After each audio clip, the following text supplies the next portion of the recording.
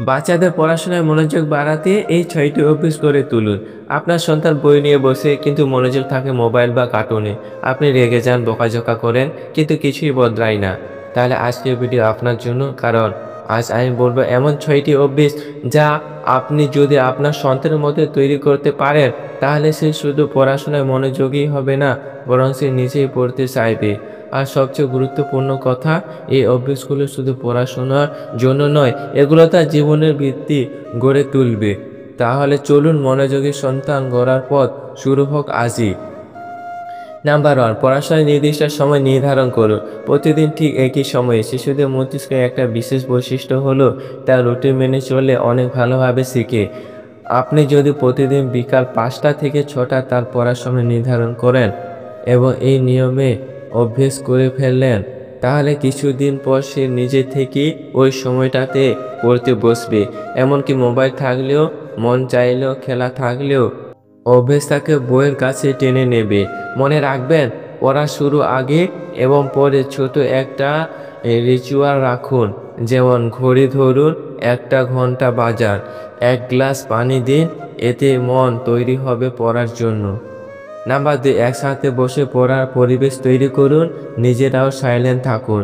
আপনি যদি চান সন্তান মন দিয়ে পড়ুক, তাহলে আপনি নিজেও তখন চুপচাপ থাকুন বা কোনো বই পড়তে বসুন।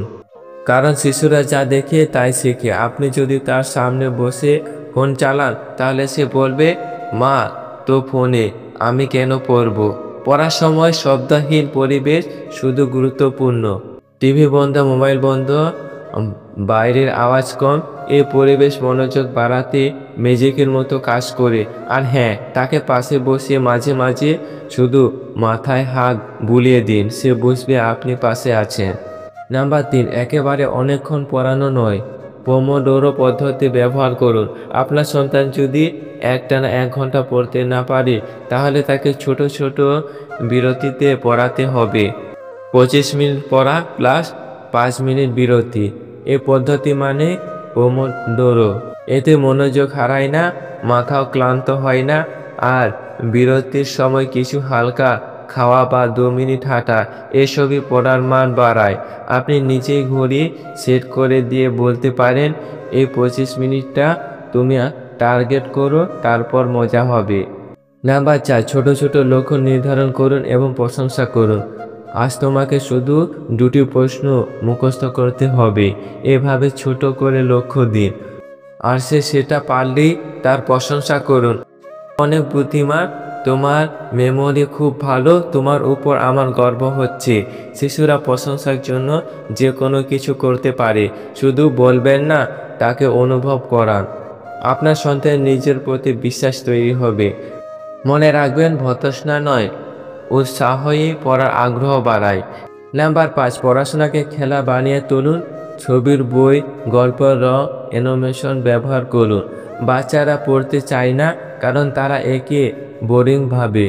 কিন্তু আপনি যদি বইয়ের পৃষ্ঠার রং ব্যবহার করেন, শব্দ উচ্চারণে নাটক করেন, গল্প শুনিয়ে পড়ান, তাহলে তারা মজা পাবে। যেমন, এ ফর আপেল না হলে বলুন, এ মানে আপেল, লাল লাল আপেল খাবে কে? বা বিজ্ঞান পড়ারে বলুন, এই যে দেখো, তোমার হাতের ছায়া পড়ছে আলো থেকে, এটা লাইট অ্যান্ড শ্যাডো। এভাবে পড়া যেন একটা খেলা হয়ে যায়। নাম্বার 6, প্রতিদিন 5 মিনিট পড়ার গল্প বলার সময় রাখুন।